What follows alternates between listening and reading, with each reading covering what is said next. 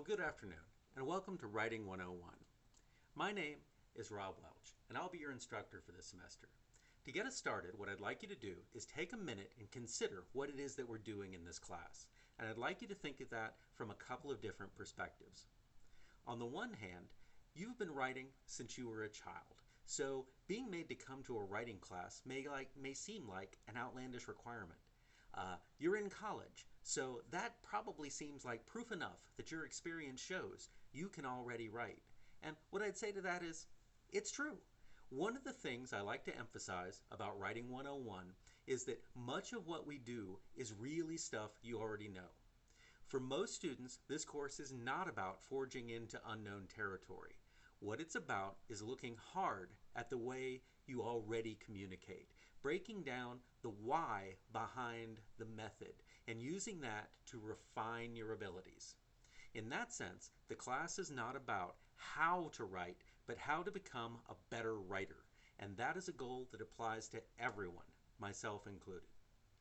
Now, a moment ago, I said on the one hand, so this is the other hand. One of the intentions of this course is to prepare you for the kind of writing you'll be asked to perform in your classes at Pima, and that is academic writing. The job of an academic professional, like myself, is to teach, but in higher education, that job extends into contributing to the pool of knowledge that is taught. This is done through writing. And you'll encounter examples of this in your textbooks and in articles that you'll be asked to research in your classes. In those instances, what will happen is you'll be asked to read and comprehend academic writing, and then to show your comprehension, you'll be asked to present your own conclusions in a similar form. So that's all well and good for college, but you may ask yourself, what's the point of being able to write in an academic style beyond that? Unless you plan to go on and become a professor, it may not seem to be directly practical in the long term. Well, my answer to that is that if you can reflectively shape your writing to meet the standards required in one type of writing, then you're well on your way to being able to adapt your writing to any need you may encounter in your life. And that is the real goal of what we're working at.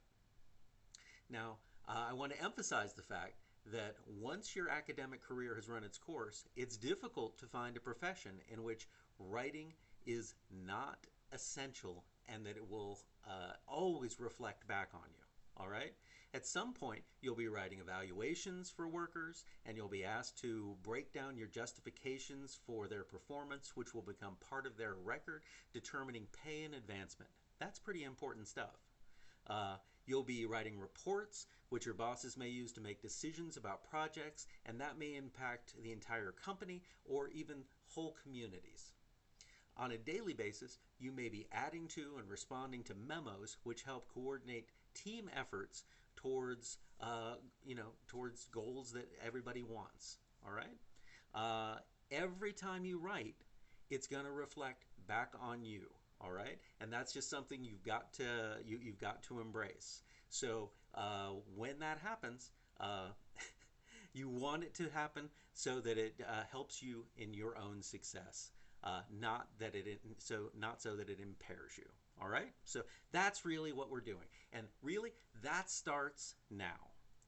All right, so let's take a look at the syllabus and see how this all lines up and how we're going to do this.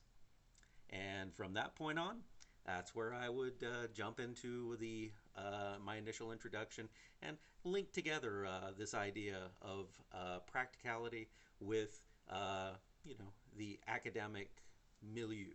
All right. I look forward to talking to you.